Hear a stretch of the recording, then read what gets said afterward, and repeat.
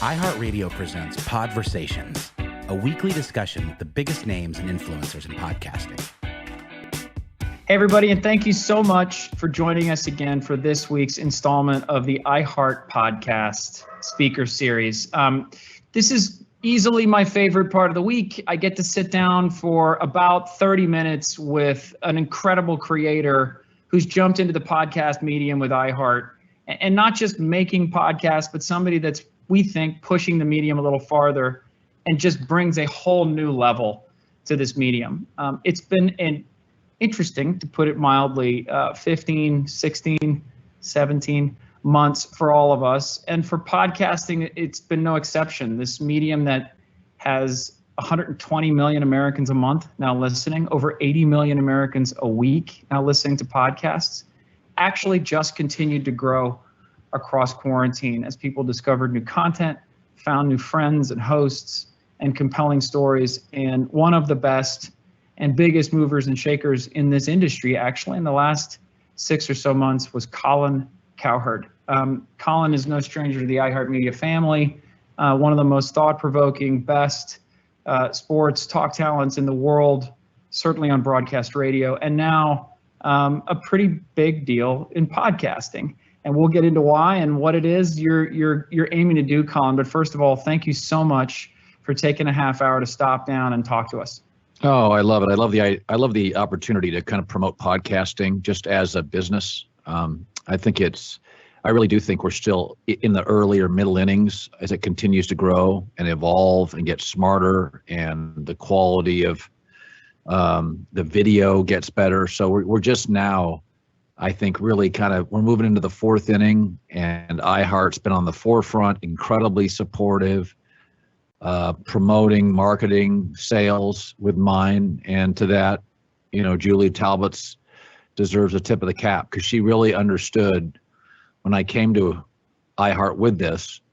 I think the initial pushback by corporations is, whoa, one of our talent's leaving us. And I said, whoa, no, I'm not.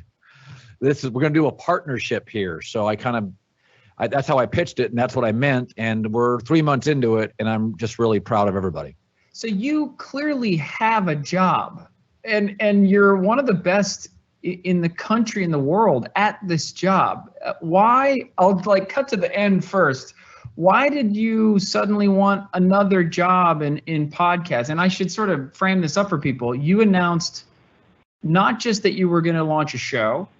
You already have one of the biggest podcasts in the world. It's The Herd, distributed as a podcast every day, drives millions of downloads a month.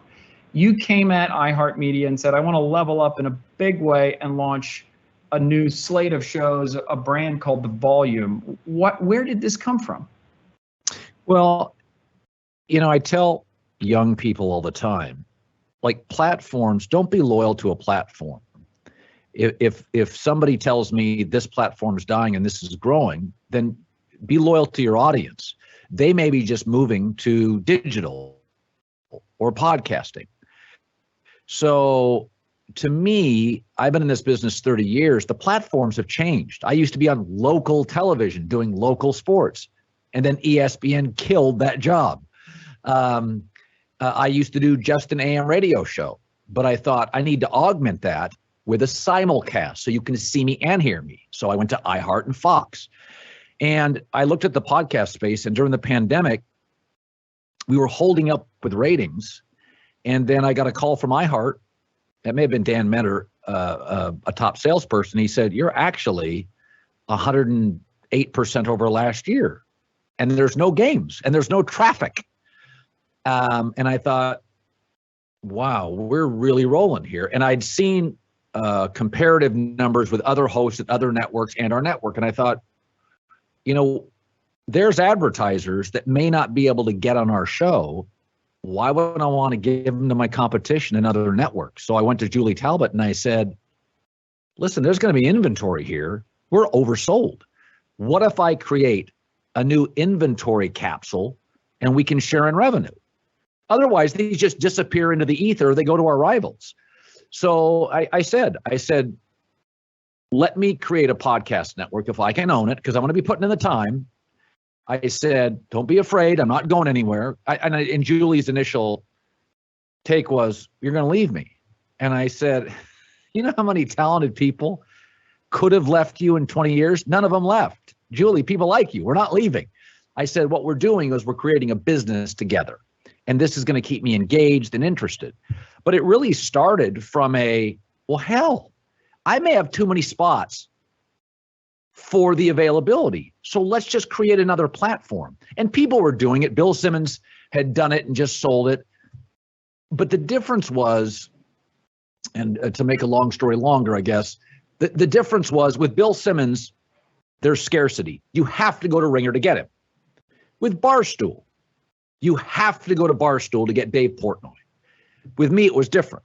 And so what I said to Eric Shanks at Fox and Julie Talbot at iHeart was, listen, why can't I work at two great corporations, build this while I'm here? It doesn't mean I'm jettisoning the companies, but I do believe there's a niche market here, and I'm not sure it's so niche that a broadcaster that's got substantial platforms can't start a third. Now, I do lack the scarcity of others, but I believe as this platform ascends, like gaming and podcasting, these are ascending businesses, that there's all sorts of ears and people available that haven't gone to podcasts yet. So as my iHeart Heard podcast is available and I'm on FS1 every day, that doesn't mean I can't build a business in the middle of it. And we're not as young and we're more advertising friendly than Barstool. We're not as Hollywood quite as Ringer. These are two very substantial businesses, but I believe there's an alley between them for smart, thoughtful, authentic, raw, funny broadcasting or podcasting right square in the middle of it. So I think Julie very quickly and Eric Shanks quickly saw the potential and gave me a green light. It doesn't surprise me that Julie was in some way, shape, or form a part of this, because she's such a legend and awesome, just a great partner. But I want to go back to sort of you in quarantine, thinking of different ways to expand, to tell stories, to keep going, and sort of following where the momentum was. It's not all you cover, but a lot of what you cover is sports. And when you looked out at that world a year and a half ago, I cannot imagine an industry, maybe the film and TV industry, but I can't really imagine another industry where you must have just had this moment of like, what happens now? And what was going through your head as you saw last March, last April, the world really, really changing fast, and not for the better, but especially sports? I mean, these guys can't compete. They figured out a way to compete, but it was clunky and difficult. How do you cover it? How do you deal with it emotionally? At the end of the day, you love this industry. Yeah. You're passionate about it. You're a fan first and foremost. What's going through your head March 2020? Well, two things. My dad once told me when I was a kid, recessions are garage sales for the prepared. Be available, be prepared, and when bad things happen, you will seize market share. And I also learned that from ESPN. Back in 2008, 13 years ago, the recession hit. And ESPN was well capitalized and really started gobbling up market share and game contracts, league contracts right after that. And I remember having a conversation with the president of ESPN, and he said, whenever you have a recession, there's a flight to quality, that advertisers will leave except for the very best. And so when the pandemic hit, I went to my staff on radio and television at iHeart and at Fox, and I said, this will be the biggest 6 months of our lives. People are going to cut budget. Shows are going to get bad. Lazy hosts will not be covered by games. I said, we're going to steal market share. This is our great opportunity. And so I looked at the pandemic and I went back to what my dad said. Recessions are garage sales for the prepared. This is the moment. And I don't think we've ever worked harder as a staff. And I just told everybody, trust me, this 6 months, a lot of local affiliates, they can't afford their local hosts. They'll turn us on. We're free. We're going to gain, and we gained about 50 to 60 affiliates in that first 6 months of the pandemic, and we haven't lost them. And so, I'm mid-50s now, so I've gone through 3 or 4 recessions in my life.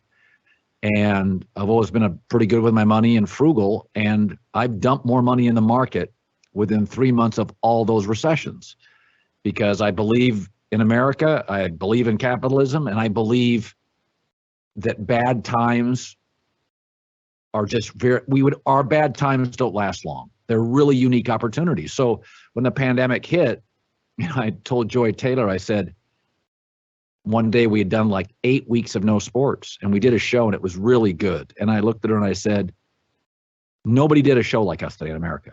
This was one of our best shows. There's no games. There's nothing happening.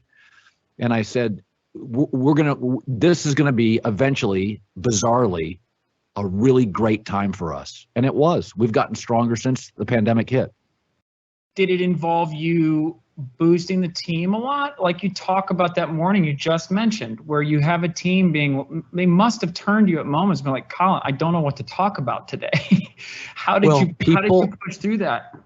Well, people were losing their jobs. I mean, everybody was losing their jobs. And my takeaway is, guys, I don't want to lose any people here. We don't want to lose any jobs. Our company's got, I remember one of my companies came to employees and said, hey, we've got to give you some time off. And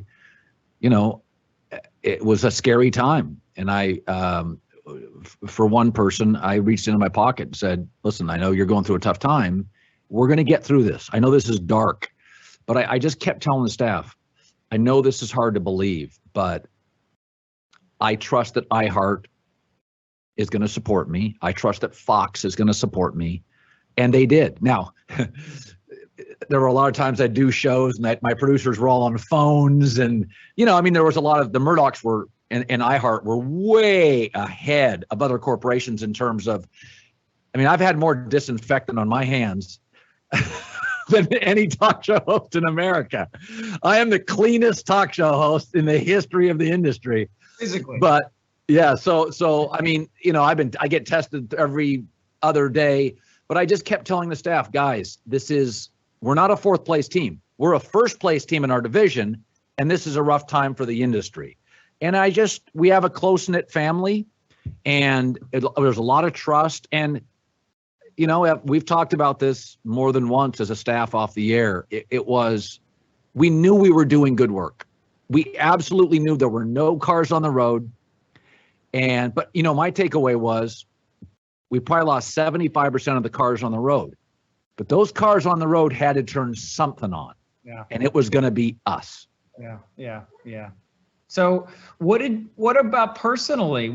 How did your life change? Did you find yourself like a lot of us hanging out with kids more, virtual classrooms, binging a lot more Netflix, a lot of Queen's Gambit? What were you doing during quarantine? Well, I was very lucky. Years ago, my wife and I, we were both divorced and we married each other. So we've always had that sort of divorced guilt where we want to make sure it doesn't affect our kids. So years and years ago, we built a little ski house in Park City, Utah. And it's where the family meets, all our families, our connected families. And so it was just very, very lucky. We'd had it for a couple of years. And so I just sent the dogs and my wife and the kids. I said, you guys go to Utah for 3 months. And this was when it was really bad, like March, April, May, early June. And I said, I'll either drive or figure out flights. You guys go. Thankfully, we've got, all these, ways to reach FaceTime, how to reach family. So for about 3.5 months, my life was basically work and FaceTime with my family. And I'd fly out on Fridays, same Delta flight every week. But I just said, guys, we built this thing. We got lucky.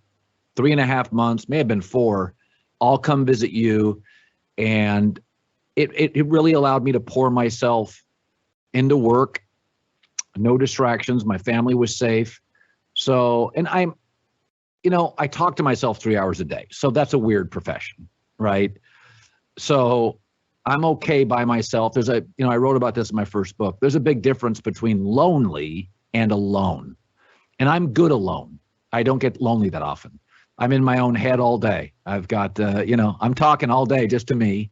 So, and every radio host in the country listening knows exactly what I'm talking about. You're always figuring out the next segment. So I was alone, but not lonely. And, it was really gratifying when I did go visit my family. Every weekend was a party. Every weekend was wonderful. Yeah. And, Utah up in the mountains, it's pretty lonely, but for the pandemic, that served us well. There weren't many people there. Right. Where does that come from? That not lonely, but fine being alone? Do you remember as a kid that sort of being taught to you, or are you just learning it by observation? What it's not everybody's like that, but you're right. Broadcast radio stars are. A lot of podcasters are. Where did that come from for you? I think this is weird. I think it's genetic. My son has it.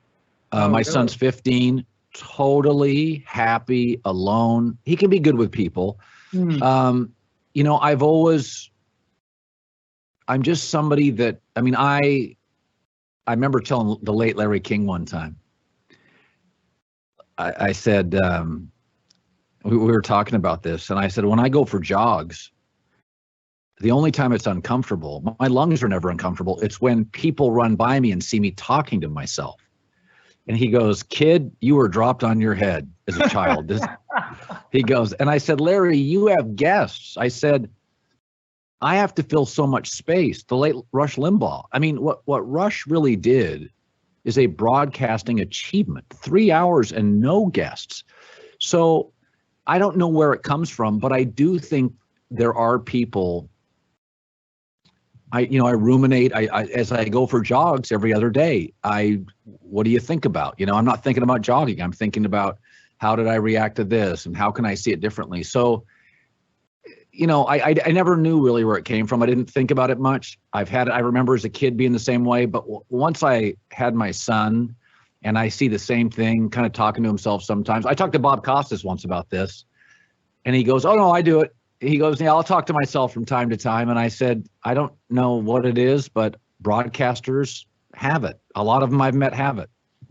That is fascinating. So let me dig into 2 or 3 things that you are known for. Some of this comes from just mythology that I think happens to be true. I'm going to check. And some of it from your staff just saying, yeah, that's pretty true. You're known as a prepaholic.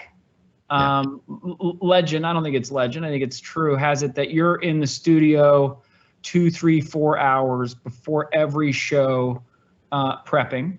And that's not normal. I think broadcast radio stars prep, sure, but you probably do it more. Where does that come from, that kind of rigor? I'm glad you do it, but it's not, it's over and above. Where does that come from?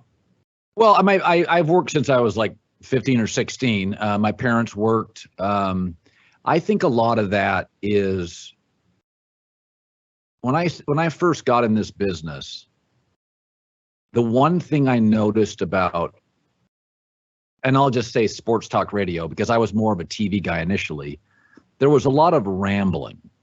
And so I kind of made a promise to myself. I believe you have to take the audience somewhere every segment. They're all mini stories. And you can't just ad-lib stories. You can ad-lib a joke, but I feel indebted to the audience. You've given me 11 minutes. You work hard. I owe you an 11-minute story with a beginning, middle, and conclusion. Because we have to remember, I don't get somebody for 3 hours. That's 4% of my audience. I get them for 11 minutes. In LA, maybe 20 because of the traffic. But in a lot of small towns, you're giving me 11 minutes as you as a school teacher drive from home to your school. All I have to do is tell 1 or 2 great stories. And then I believe you will come to me more often because I either enlighten or entertain you. If I waste segments, and that's the one segment I get you. You've never heard of me. You screw the radio up. You turn a different, who's this guy? and all of a sudden you hear me, it takes one story to go, what station is that? Oh, I'm going to listen to him tomorrow. So I just feel like I owe the audience 11 minutes. That's what I owe them. You're giving me your time. You deserve the right for me to have taken your time seriously. And I think that goes back to my parents, how they thought. We didn't mess around. I never missed a day of school being sick. Like it wasn't that my parents guilted me into it, but it's just like, put your head down and work through it. I'm a divorced kid. I didn't have a lot of money in high school. I remember wearing the same shoes in high school, and a PE teacher saying, kid, you need new shoes. Those things are turning black. They were white tennis shoes. And it was like, I didn't even notice. It was like, they fit. What do I care? They fit. So I just think it was, I grew up in a little different culture, that America didn't have. I mean, it used to be if you went to a Sheraton in the 70s, that was uptown, right? Now there's, good God, Airbnb, there's resorts there. Like it's different now. Like private was for like the CEO of, when I was a kid, Boeing. Who flies private? Now they've got these things. It's insane. People don't understand it. In the 70s, if you had money, I can remember as a kid on the coast of Washington State going to like Capitol Lake in Olympia, about an hour and a half from my house. And I remember somebody saying, oh, that's where, I forget that Booth Gardner, whoever the governor of the state was. And I remember his house on the lake being manicured. And it stood out. And I was all these beautiful flowers, and you're like, wow, that's wealthy. Now you go to any decent lake, all the houses everybody's got flowers, and it's just a different culture in America. There's much more money. There's more opportunities. And so, I grew up in a culture that, I tell my kids all the time, like crown molding and granite countertops just crushes. It crushes desperation. My kids are comfortable. The minute you do crown molding, crap. Yeah. These kids are never going to work like I did, but that's okay. Do you worry about that with your own kids? First of all, I'll go back to you as a kid. Did you want that wealth that you saw in the governor's house or whatever it was? Oh, I was a divorced kid. I remember a college professor saying to me, because I wanted to be in radio, I wanted to do play-by-play and television. And he goes, well, there's no money in radio. And I remember at the time saying, Larry King and Paul Harvey make money. Mm-hmm. Vin Scully makes money. I'm like, I don't buy that argument. Yeah. And I'll tell you a story. I remember when I was a kid, I really wanted to be I read the newspaper, Seattle Times, Seattle PI. And I went to my local newspaper. It was the Aberdeen Daily World. And it was so depressing and so gray. And there was a ceiling tile that was coming down, and the coffee smelled old. And I remember walking in, and just people didn't look happy. And then about a month later, because I was getting out of high school and moving into college, my dad had gone to college with the president of King TV in Seattle, Ansel Payne, the late Ansel Payne. So he set me up to go just visit for a day. So I drove up my clunky car, and I walked into the King TV newsroom. And there was a cabriolet in the parking lot, and a beautiful anchor woman walked out of it. And I was like, I like that life. These people are happier.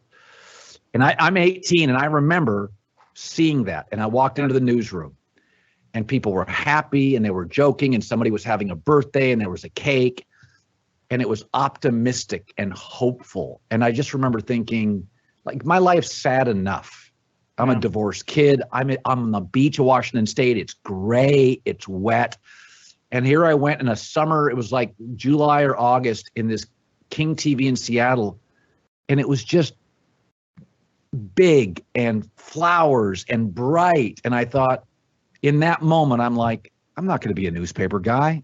I want to be a television guy. It's more fun. Yeah. And I know that's so simplistic, but those kind of images when you're young, they're profound. This rigor that you bring to your own stuff. So thinking about the content you put out there in the world in these 11-minute chunks of like as perfect as you can make it, does it make it impossible for you to enjoy other people's stuff? Because you're constantly thinking like, it wasn't the best 11 minutes. No, because I think comedians, Jerry Seinfeld is very precise. Yeah. But Jerry Seinfeld loves Colin Quinn, who's less precise, but hysterical. Right. Yeah, I mean, a joke's a joke regarding, Chris Rock is like Ali. I mean, he is performing, right? Seinfeld is very precise. Colin Quinn and Robin Williams sounded like they just ad-libbed everything, although they didn't. But funny is funny. So I turn on radio all the time and go, oh, that's interesting. I'm more into interesting. It doesn't have to be my style. And I do find there are people, I don't want to make it sound like I think we do this. I mean, Dan Le Batard doesn't have my style at all. It's almost sometimes contrarian to sports, but he can be wildly entertaining. I think as long as you're loyal to your own style, Le Batard sounds like that, Rome sounds like that, I sound like this. That's what it should be. It should be a kaleidoscope of shows. I can be a little too intense for some people. Other shows are too silly. To each their own. Like I still enjoy a 12-minute. I can remember when I lived out east and worked at ESPN, Mike and the Mad Dog were not in their prime, but they were a big deal. And I'm not somebody who watches or cares about regular season baseball, but they would do 20-minute segments on a Yankees dilemma. It was fascinating. Couldn't turn it off. They were, Mike's grumpy and Russo's out of his gourd, and they're going back and forth. And I remember telling buddies, I'm like, oh, I get why it's so popular. It's unique. It's authentic. It's raw. Sometimes they sounded like they were brothers. Other times it works. Like what Paul Harvey doesn't sound anything like the late Rush Limbaugh. You go down a food aisle. Yeah. There's a lot of different soups. There's a lot of different sodas. Good is good. Yeah, in their own way, they're perfect. Each in their own way. You've nicknamed yourself and been nicknamed a little bit America's honesty broker.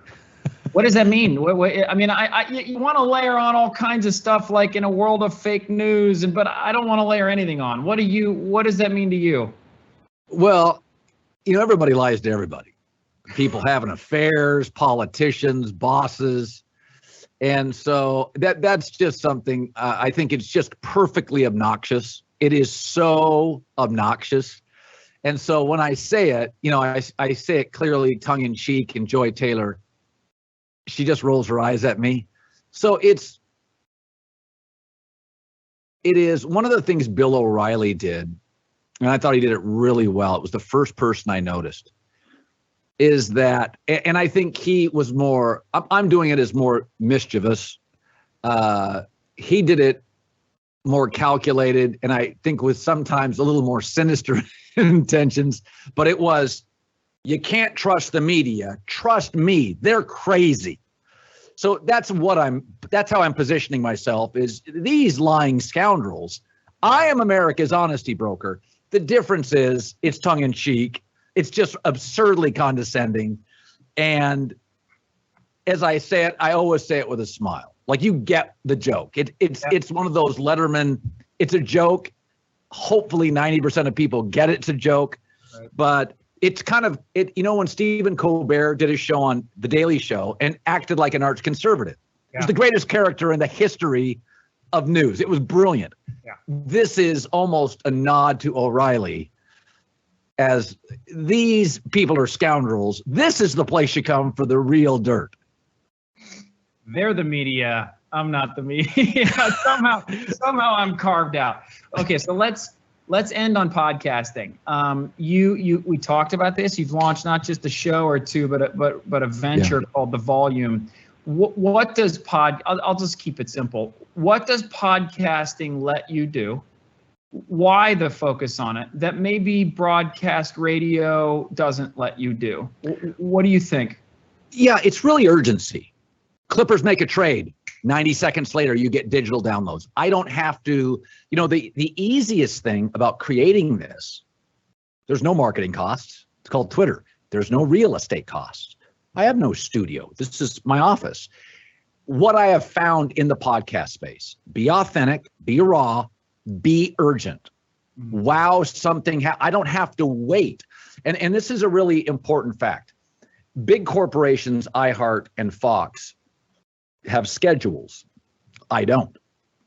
And so, and where they may think, oh boy, Cowherd's going to eat away at our market share, that is not true. The opposite happens. My numbers are up at Fox since I started this. My numbers are up at iHeart. The myth to this is that, oh, Colin's got a podcast, we'll ditch his other stuff. No, right. That is not true. There's a reason Starbucks and McDonald's, they're available on a lot of street corners. It doesn't hurt the other stores. Right. I want to be top of mind. And what broadcast companies can't do is give you that 12-minute urgency. Oh, crap. LeBron's hurt. Oh, Colin to the rescue. Colin's got a digital take. So whereas I think sometimes companies' initial reaction is, oh, Jesus, Cowherd's going to that. The audience will move to that. No. I'm not taking from my shows.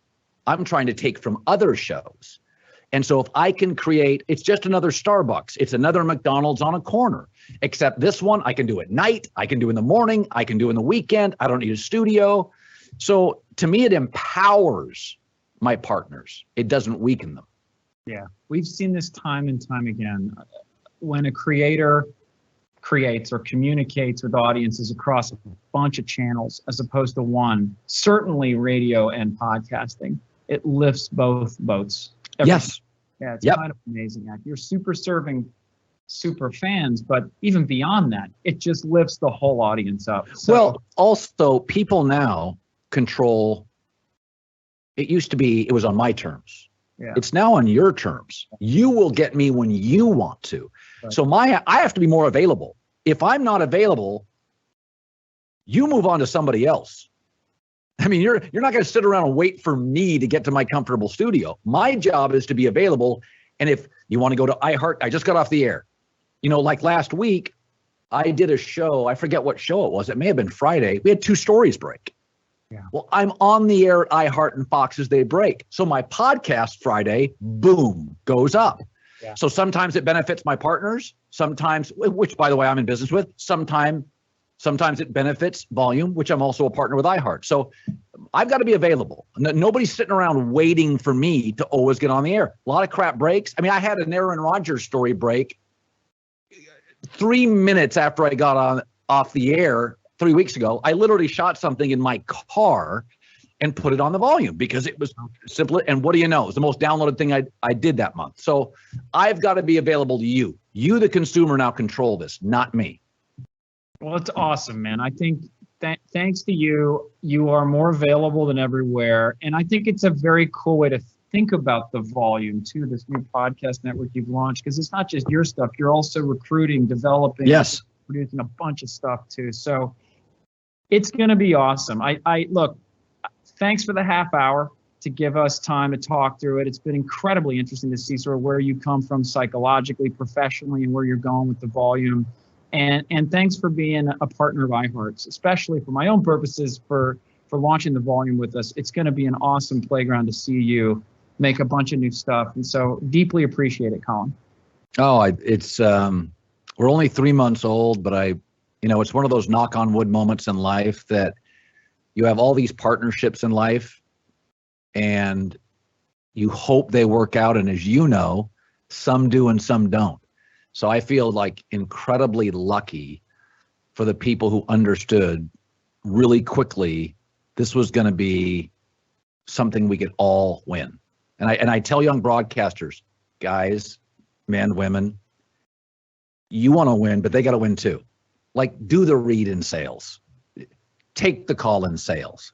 Like, don't be that guy that's difficult. Like, they need to win too. Right. If they win and they buy a new car, you're probably, if your show's doing well, that left tire you paid for. So like, help them too. They'll help you. Companies don't want to get rid of people whose shows are sold out. Right. That's not the game. Right. That's exactly right. I think that those are words to live by. Really appreciate it, man. And everybody, thank you so much for hanging out with us. Last half hour has been awesome. We are here every Thursday around noon Eastern. Deeply appreciate it. Colin, have a great day. Have a great week. We'll be looking out for the volume's next launch. Thanks again. All right. Thank you so much.